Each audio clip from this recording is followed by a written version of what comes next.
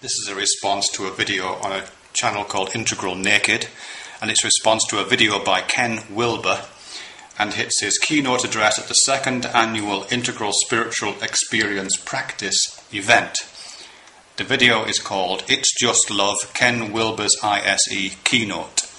This video talks about love quite a lot, love and eros, and in it Ken Wilbur identifies love or eros as a fundamental force in the universe, kind of preceding or kind of being outside of the material universe in a spiritual realm, I presume.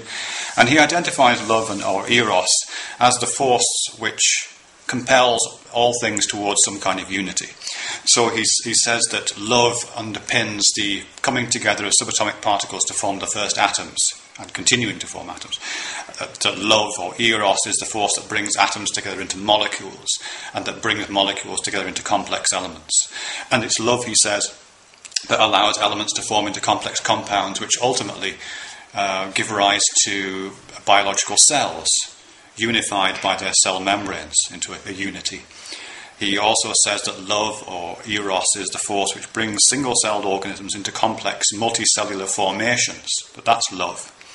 And through the progress of time, these multicellular organisms become more complex and engage in unifying processes and practices, such as, for example, that between men and women, or men and men, or women and women in our case, in the case of human species.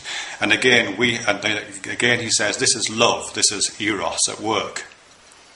And that feeling that we have of one another, the love that we as humans have for one another, is an instantiation, an experience of love, of the force of eros at work in the universe. And then he goes on to say that this process of unification, what starts out as a kind of granular love or eros operating at the atomic scale, then the molecular scale, then the scale of not easy biology, but relatively simple biology, and then more complex biology. And then interpersonally, he hopes will be continued so that we can start to feel love for the planet, the cosmos, and so on. Transcending ego. It's a very nice story. The problem I have with this is it's a reversal of what I think is really obviously a metaphor. He's claiming for a kind of essential component of the universe which holds all these things together and which is manifest in us as the various kinds of love that we can have for one another. When I think he's reversed the polarity of that. What I would say is, yes, we can have love for one another. We feel love for one another. And because we are evolved organisms with consciousness, with language, with the ability to take concepts and imaginatively engage with them as if they were different from us, hold them up and rotate them in the air, we can take this thing called love that we've identified in ourselves and we can look at it and do things with it. And because we can do things with it, we can use it as a metaphor. We can say, yes, well, love is something about coming together. It's something about affinity. It's something about two people wanting to be very, very close together. That's one of the components. That's one of the felt components of love, isn't it? That you want to be together.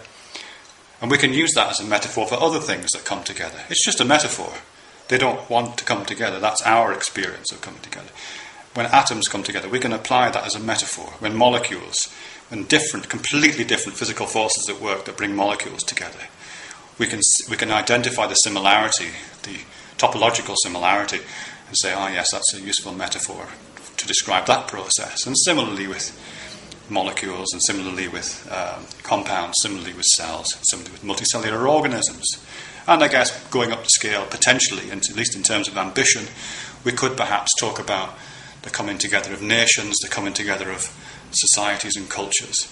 We could perhaps talk about that in terms of love or something like it. But we would be deploying a metaphor which we experience at human scale, and a feeling we have at human scale that we then project for poetic effect, and perhaps for useful effect, but poetic effect nevertheless. So he's doing that. You're doing that, Ken. Which is fine, but I do have a problem with this blurring, that there is no force in the universe called love.